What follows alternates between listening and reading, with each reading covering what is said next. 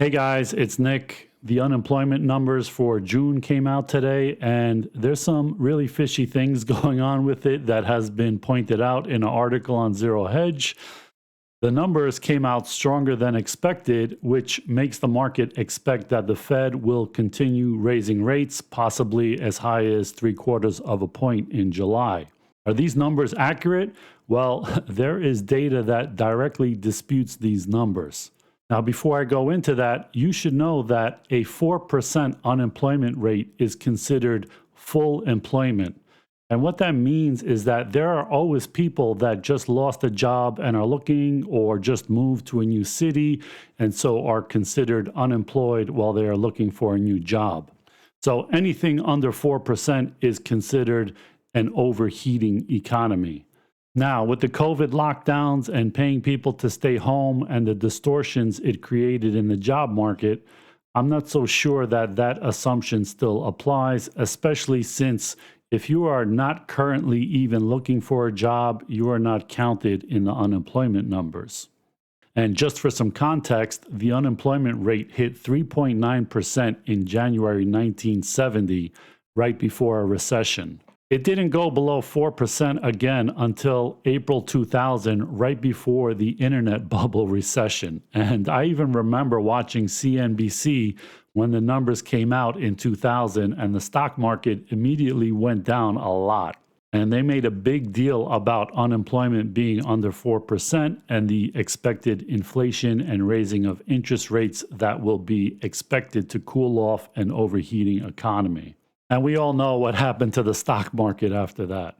But since 2018, we have had the majority of months under 4% unemployment before the pandemic.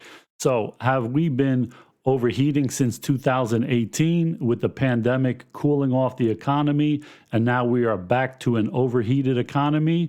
Or has the recent inflation in everything put us into a recession and the unemployment numbers are being fudged or are lagging and about to catch up to a rapidly slowing economy? Let's look at some data.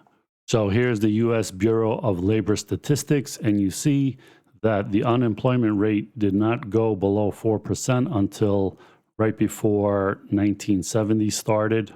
And it went above 10% in the early 80s with high inflation and didn't fall below 4% until that time I mentioned in 2000 over here.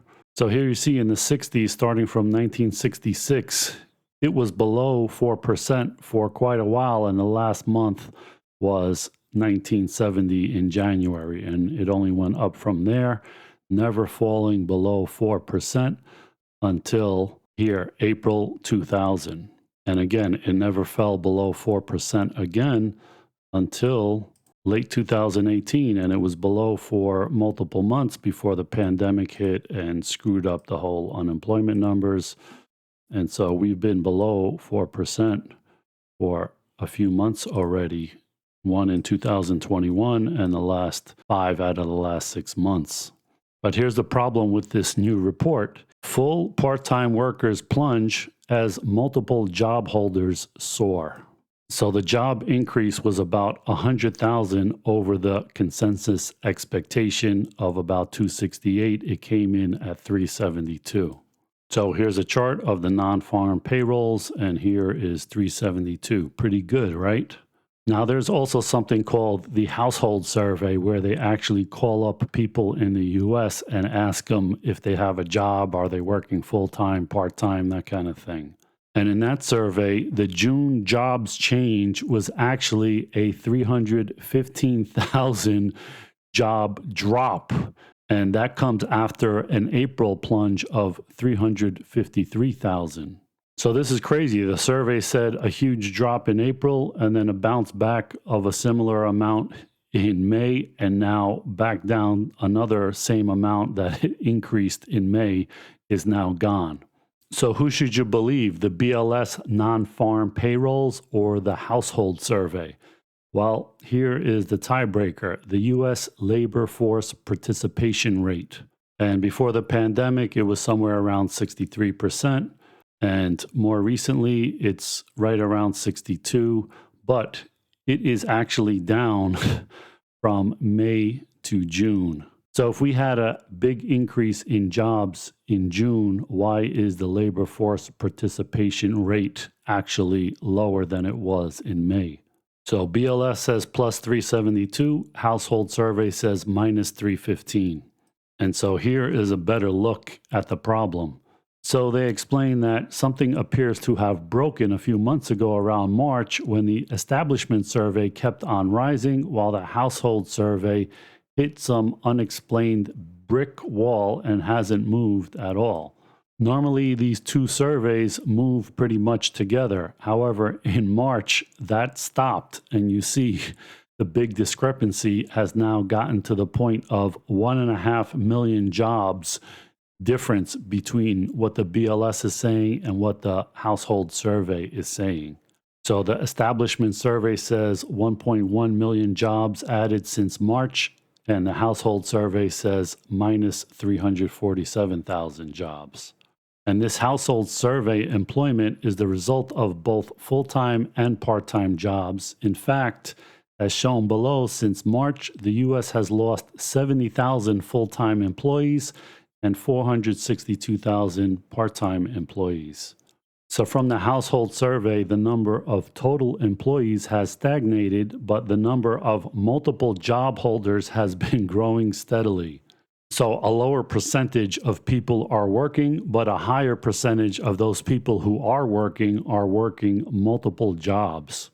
So in June, full-time job holders fell by 152,000, part-time by 326, but multiple job holders increased by 239,000.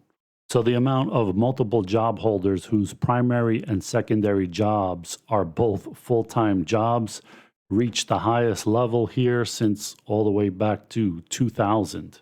And now this article about consumer credit hits a brick wall with credit cards maxed out. And so the latest number, the June number, has come in much lower than the last 2 months. So total consumer credit rose 22.3 billion, and that's the lowest monthly total since January, and a sharp drop from both April's 36.8 and March's record 47.5 billion. Now, what does this mean? Are people maxed out on their credit cards, or are they taking 2 jobs and so they don't need to spend so much on their credit cards anymore to pay for their bills?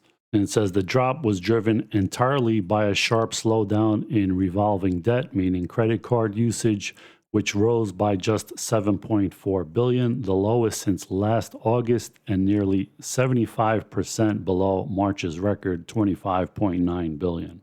So guys, what do you believe more, the non-farm payrolls number that came out today or the household survey and labor participation rate? Personally, I believe the household survey more because the non-farm payroll has all kinds of fudging factors in it, like seasonality, birth rate, death rate.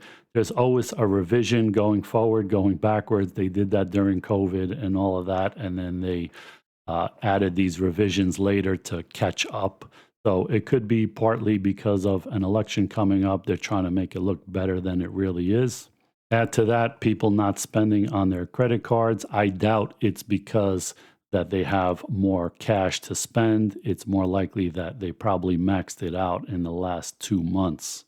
So if people are cutting back on spending because their necessities have gone up because of inflation, we should probably be seeing some really lower GDP numbers going forward. And so if we have a second quarter GDP that's negative, that brings us into a recession officially. So let me know what you think in the comments. Do the labor numbers show that we are in a much stronger economy than a lot of people are saying? Or does the household survey and the lack of credit spending show that people are maxed out and we will have a negative GDP for the second quarter, which brings us into recession? Thanks for watching, guys. I'll see you in the next one.